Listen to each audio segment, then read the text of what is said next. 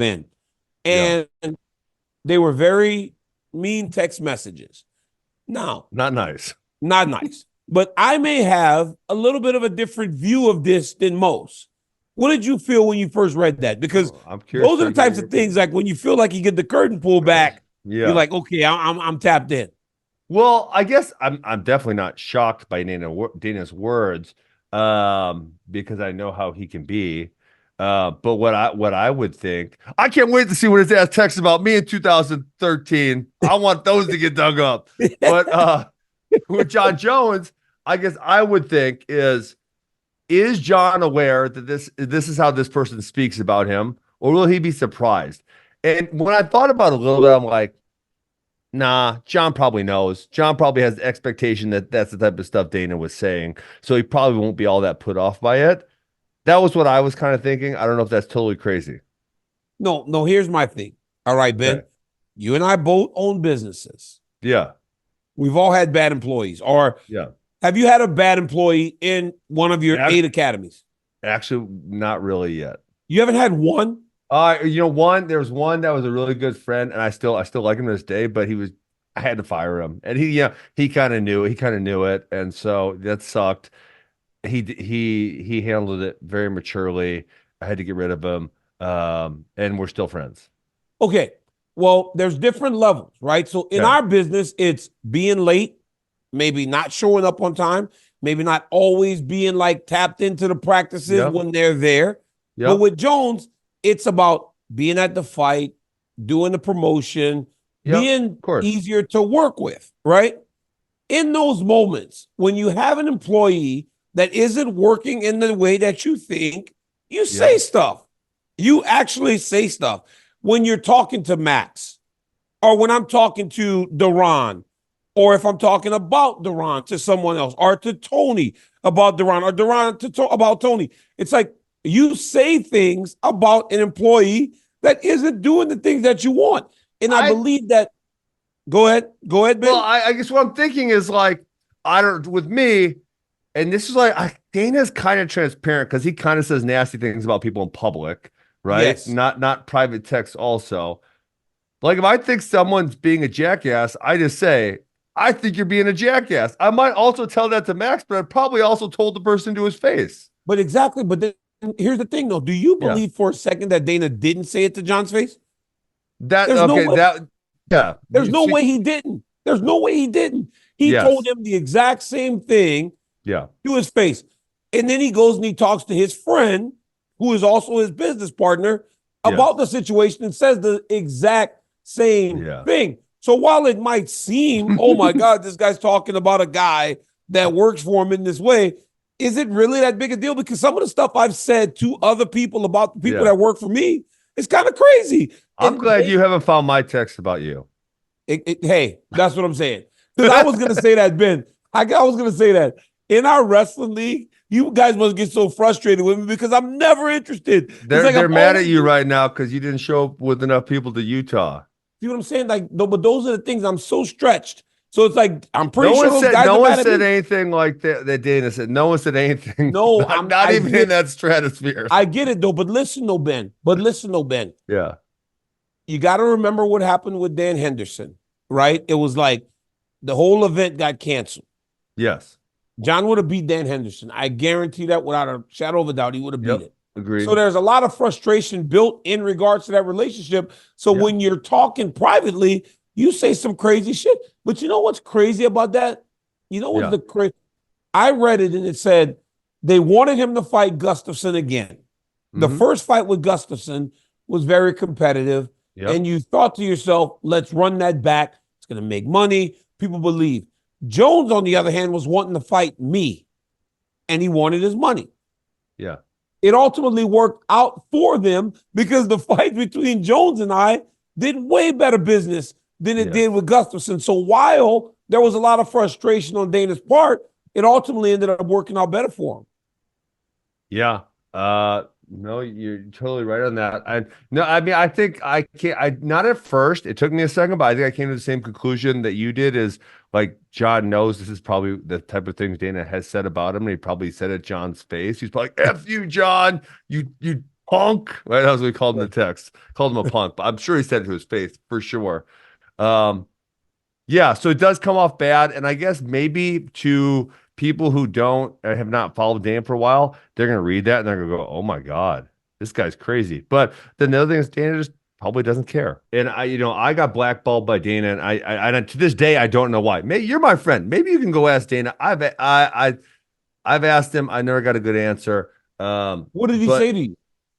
What he kind of just blew me off. He kind of blew me off. It was in a text real quick. I don't remember what he said. It blew me off, but it was like we went to that meeting together. It was actually the Monday after Gustafson versus Jones. You and I and Bob went together to Vegas. Oh yeah, I forgot about that. That was the Yeah. day. Yeah, I didn't get an offer. I got sent home without a contract. So, I got yelled. Hey, I got yelled at. I got yelled at because I was like, I'm worth more than what the offer is. I got yelled at. Well, that's much better than I got, because I got no contract from anybody, and I was like, I don't really get my thing was like, I don't really give a damn how much you pay me. I think I could win, so sign me up. I'm gonna go win, and then I'm gonna ask for a bunch of money. Mm-hmm. But to that point, this is what Dana did, and this is where Jon Jones ran a fine line, and I think he won. I think he did a great job. Is Dana would blackball you if he didn't like you, he'd try to get rid of you. But he couldn't because he kept winning. That's Jones, but he got rid of other people. But you can't get rid of a guy that keeps winning. He kept winning, right? It's hard to get rid of a dude that in the prime of his career was winning every fight. Even when you suspended him and time went away, when he came back, people would still kind of go in droves to watch him fight. Yeah. It was what it was. So you understand how important he is to the business. Yeah. Now, the only area in which I think that Jon Jones could have found himself into some issues was because of all the things that he had gotten himself into trouble. He hadn't even gotten into most of the bad stuff yet. He had issues, but he hadn't gotten to the level that he had got to. And if those text messages were shared then, could you imagine the text after? When they had to strip him of the belt and all those other things. Could you imagine those text messages? Oh, man. You see me? Could you imagine those? Daniel, what do you think if you got to go through all of Dana's text messages? Oh my God. I wouldn't want to. The skeleton you could find. Think about that. So many bodies. I wouldn't want to. I think if we all went to his text messages, all of our feelings would be hurt. Our feelings would be hurt. I think so. And dude, and again, he would say it to your face. And that is why you can't really be, because again, I've heard it. He's told me stuff to my face. And Daniel, you're pretty likable. What could he possibly say to you? Well, I mean, I don't know. Like, come on, what did he say to you? That day that we went to the contract, he was like, well, you're not a champion, and he was kind of screaming. He's like, you're not a champion. So the amount of money you're asking for is not going to happen. And it wasn't as nice as I'm making it seem right now. But he was saying that to me, right? Ben, I left that meeting still without a contract. I left. But you were already fighting in the UFC at that point, right? Or was this when you came over? Yes, I was. Yes, I was. But I was fighting under my Strikeforce contract, right? Yeah, so I came to the UFC. I had fought Jeff Munson. No, I'd fought Roy Nelson and Frank Mir, but I was still under my Strikeforce contract, which was great for Strikeforce. But then I was going to fight Rashad Evans. It's like, I need to be paid more as I go down in weight to fight these guys. And the issue was I wasn't willing to fight Kane, so I was moving divisions and all that, and I wanted a certain amount of money. So I left that. I left that without a